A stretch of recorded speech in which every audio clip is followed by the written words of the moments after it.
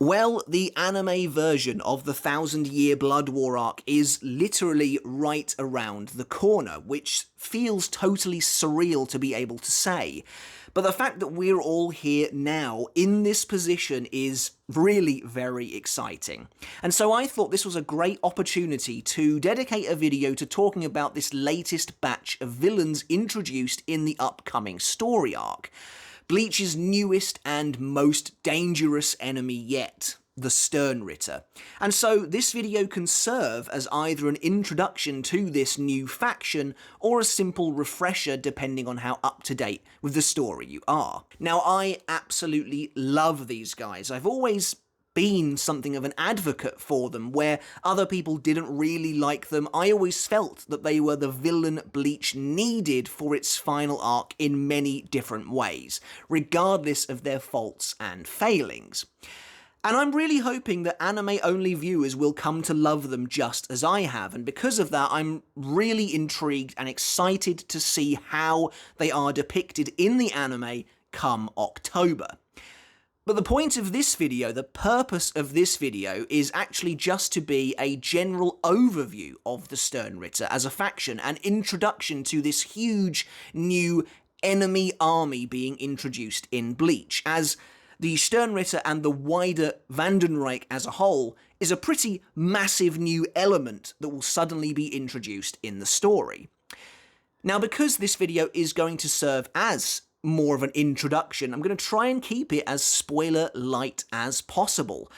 But because these characters are all introduced and a major part of the Thousand Year Blood War arc, some spoilers will be inevitable, so I'm just warning you now in advance about that. And before we get going on the video, guys, if you haven't hit subscribe yet, make sure to do that now for more Bleach content like this every single week. And if you enjoyed the video, make sure to give it a thumbs up as well, as it does help to support me and the channel, and I really would appreciate it. And if you really like what I do here and you want to take that support from me another step further, I do have a Patreon for the channel as well, where you can get videos like this one early and you can support me for as little as $1 a month. Everyone who is supporting me right now over on Patreon, who's a patron of the channel, is coming up on screen, and I just want to say, as always, a massive thank you to each and every one of you. I really do appreciate your support. And just one final note, you guys, I've actually just started a brand new second channel called Mr. Tomo Talks Games, which pretty much does what it says on the tin. I've wanted to talk about gaming for ages now. Those of you who watched my 100,000 subscriber Q&A video will know that I've been pondering with the idea of starting a channel talking about games just like this, because I've been dying to talk about things like Elden Ring and stuff like that, and so that channel is now a reality. I really appreciate all the support you guys have shown me so far. We got over 1,000 subscribers in under 20 hours, which is just phenomenal, and so that's so just wonderful to see it. It means it just means a huge amount to me. So if you want to go over there, check it out. I'll leave a link in the description below.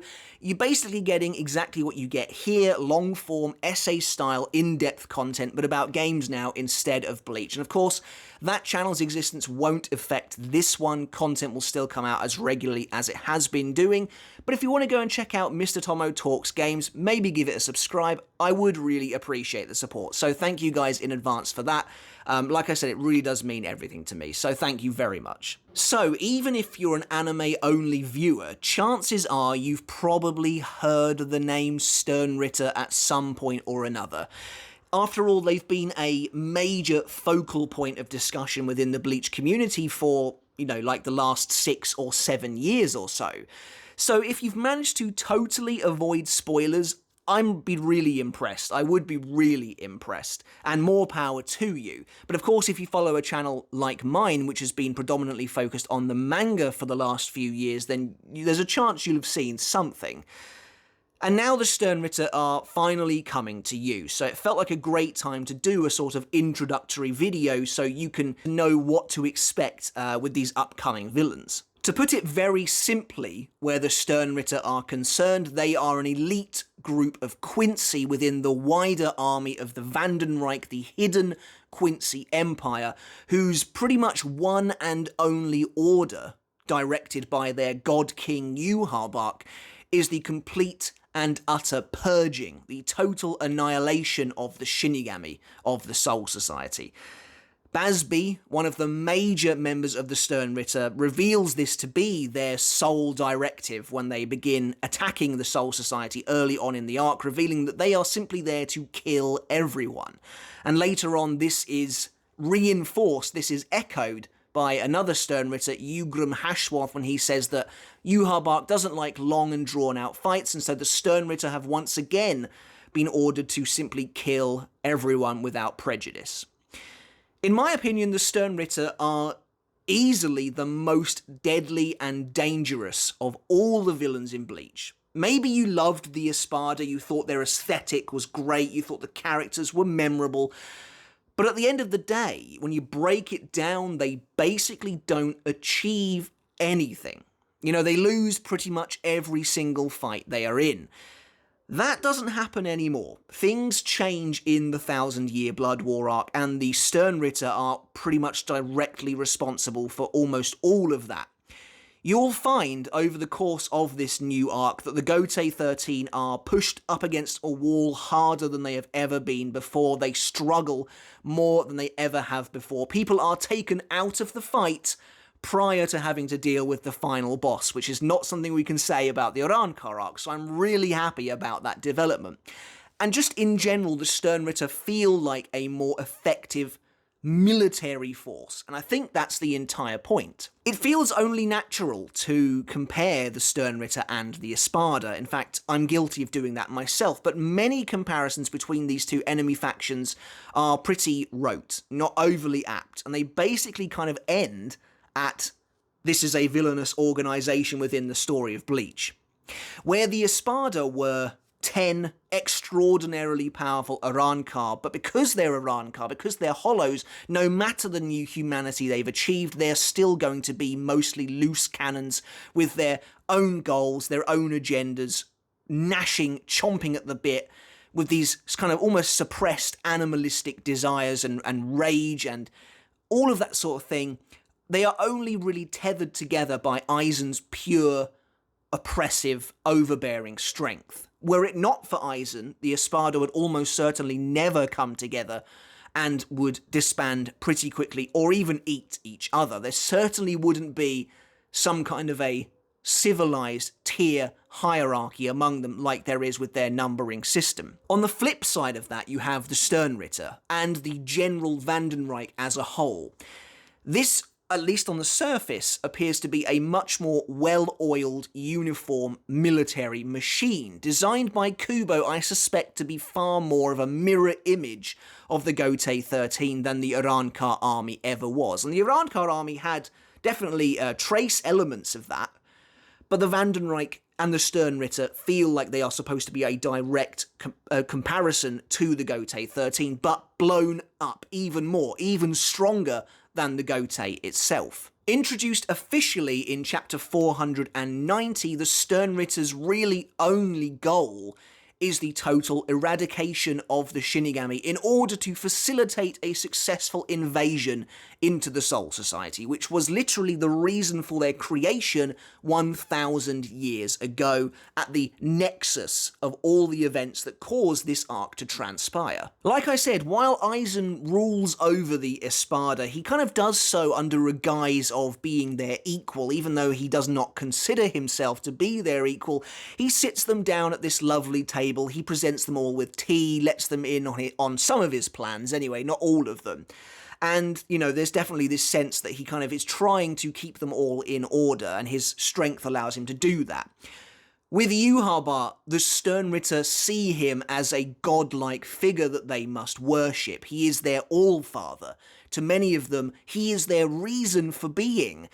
They come across as an extremist group of cultists, a bunch of zealots who basically live to serve their emperor, and many of whom would just die in order to protect him. And we see this a couple of times in the story itself. In many ways, because of this, the Sternritter come across as a bit of a hive mind, which makes them feel, like I said a minute ago, more like a well-oiled machine. It makes them feel more dangerous, although their distinct sense of personality between the individual members is still there, and this general sheen that the army has would begin to fracture over time as more and more discord is sowed between them. While nearly all of the Sternritter do seemingly live to serve Yhwach, many of them do have their own motivations and their own goals, their own agendas that they follow, maybe slightly more on the periphery, many of whom have their own reasons for serving Yhwach in his army on the front lines. Now, I like I said, I do love the Sternritter. There's no denying that they have their faults and their flaws. The group is massive.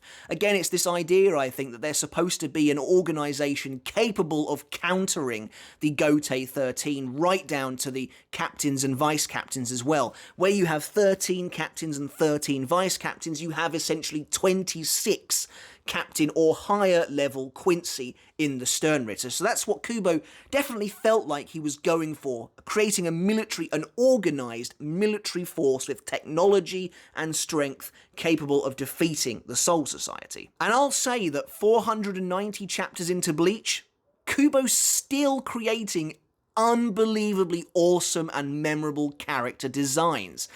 I think these guys look so good, and of course, I think their uniform, for starters, is easily my favourite in the series. They look fantastic, and once they remove those badass capes, you get the Espada effect again, where they all share that same theme with their uniforms, but each of them is customised to make each individual Sternritter really kind of stand out. Some designs are absolutely better than others, but there are certain characters within the Sternritter that I think will become fan favourites. One of these is the leader of the Sternritter Grand Master Ugram Hashwolf, who I think has, again, a great design, and will likely go down very well with fans when they finally get a chance to see him. Other Sternritter I would recommend you keep an eye out for when they arrive in the anime include Basby, Askin Naklavar, Bambietta Bastabine, Asnot, Kirge Opie, Giselle Jewel, and there are plenty others as well. There are some that I think are also really cool but don't appear until a little bit later on. Those are just some of the Quincy that I think you should be paying attention to when they arrive in the series, because they are really exciting characters who all have great designs. And I think certainly those are some of the Sternritter who really get a chance to show off better than others. So Hashwolf is the Grand Master of the Sternritter. He is the one who directly liaises with Yhwach, and Yhwach, you know, like I said before, is seen as this unassailable, godlike being to the Sternritter. All members of the Vandenreich salute by raising their crosses to the air as he appears on stage before them. Again, it's supposed to give this idea that he is not only above them, he is totally separate from them.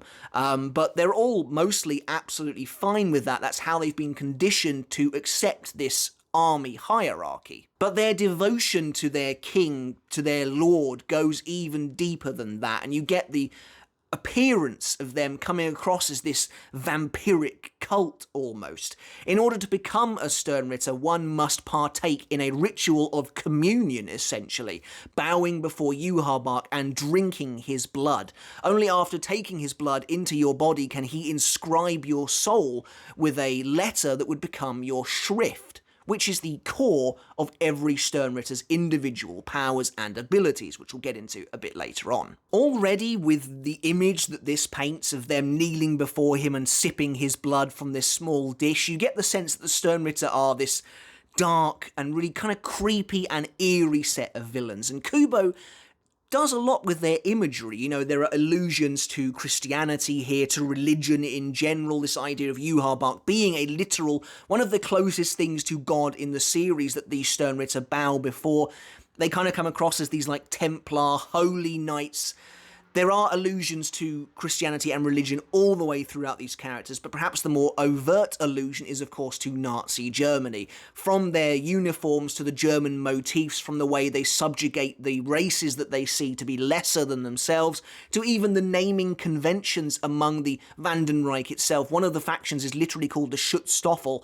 Kubo's going out of his way with the Sternritter to, I think, make them appear to be these holy beings that kind of see themselves in a righteous manner, but at the same time they are a force for real evil in the world of Bleach, which is where the Nazi allegory comes in as well. And it makes for a really fascinating start to this arc, where you'll really see Kubo making real-world comparisons, and I think it made the start of this conflict feel very real, very brutal, and it made the Sternritter quite scary as a result. Speaking of the Schutzstaffel, another area where the Sternritter differ from the Espada is that there is no official hierarchy, no official strength or tier ranking between them. And I feel like that was done A, by Kubo, but lore-wise by Yhwach, to keep them feeling uniform, to keep them feeling like they're on a level playing field before Yhwach decides to sow a bit of discontent between them to get them fighting with one another, even though he proclaims that conflict is bad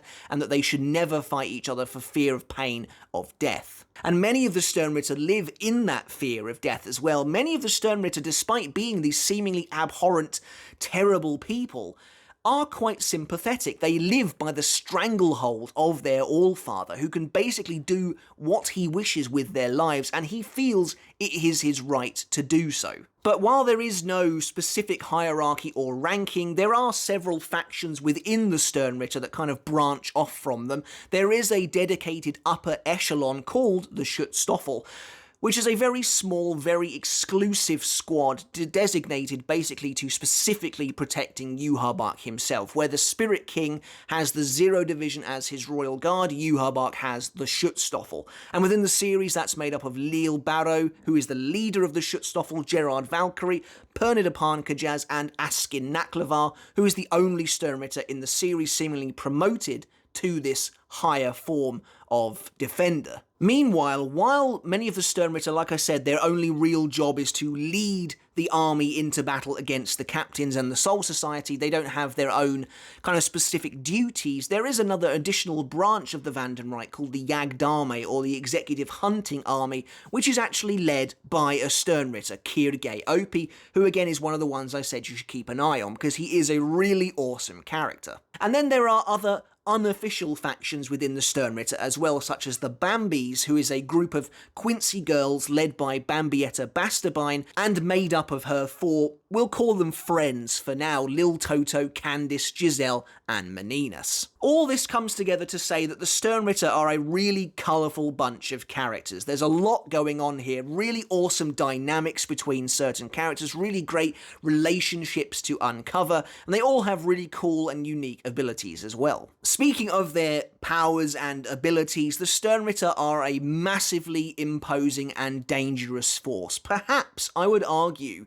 in terms of when you look at all the characters in a row lined up next to each other, perhaps the strongest single faction within all of Bleach. There are some real, genuine behemoths within the ranks of the Sternritter, many of whom you wouldn't see until a little later on. But even as early as the start of this arc, it's believed by the Soul Society that there are at least 16 members of the enemy army who are captain level or higher. And of course we know that in the end there are at least 26 Sternritter when they're all together. And talking more specifically about their powers and abilities now, the main thing that sets the Sternritter apart from every other enemy faction in the series is this idea of a shrift. But we'll get to that in a minute, because one of the biggest criticisms of the Sternritter was that they didn't feel like traditional Quincy.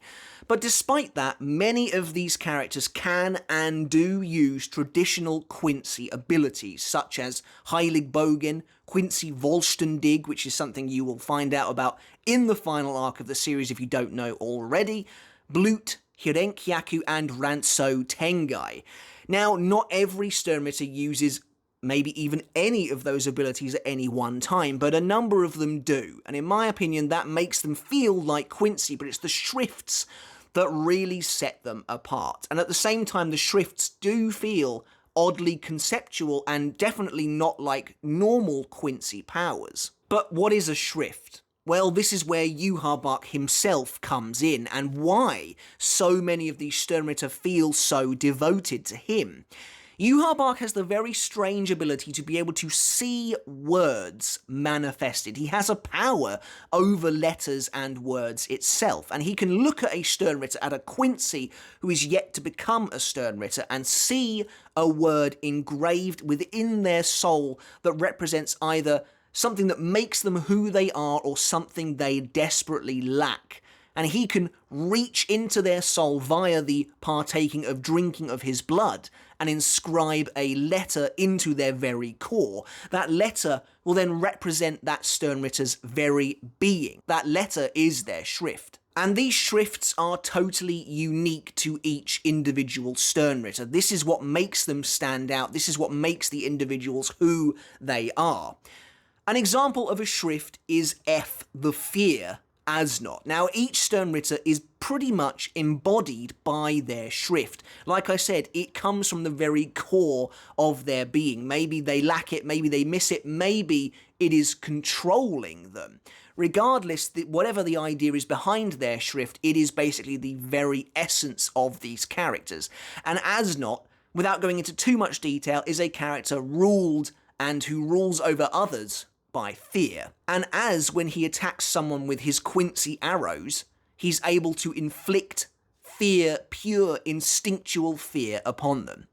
That doesn't sound like a particularly Quincy-esque ability, but that is the very nature of his character. And you'll see there as well that I mentioned that Az inflicts it by attacking them with his arrows. But some shrifts don't use Quincy techniques to be transmitted at all, and kind of come out of nowhere. A great example of this would be Mask de Masculine's The Superstar shrift, which allows him to power up seemingly exponentially simply with the cheers of a fan of his. And that doesn't seem to use any kind of Quincy power or technique whatsoever. It feels very vague and very conceptual. And so this is where the shrifts kind of got a bit controversial with some people, but I always had a really great time waiting to see which Sternritter had which letter assigned to them and what their ability would ultimately be. And there are even some Sternritter whose powers we didn't find out in the manga itself, so I'm really hoping the anime clears that up. There are a couple of Sternritter who never actually received their powers from Yhwach himself, Gerard Valkyrie and Pernida Pankajaz, each of whom already had their latent shrift abilities. They simply received a nominal letter and title from Yhwach as a way of kind of acknowledging the power they already had. Now, why are they this way?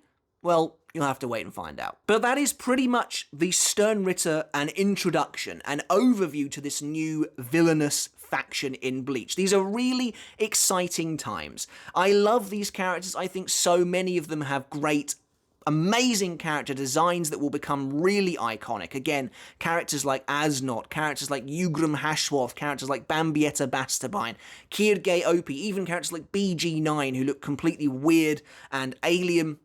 I think there's a lot here to absolutely love and to be really excited for. So if you're an anime-only viewer, I hope this video kind of gave you a bit of a breakdown of what to expect from our newest set of villains, hopefully without being too spoilery. And if you're a manga reader, well, hopefully it gave you a nice refresher as to what to get excited for when the anime begins in October. I know I'm really looking forward to finally seeing these guys being brought to life, and I hope you are as well.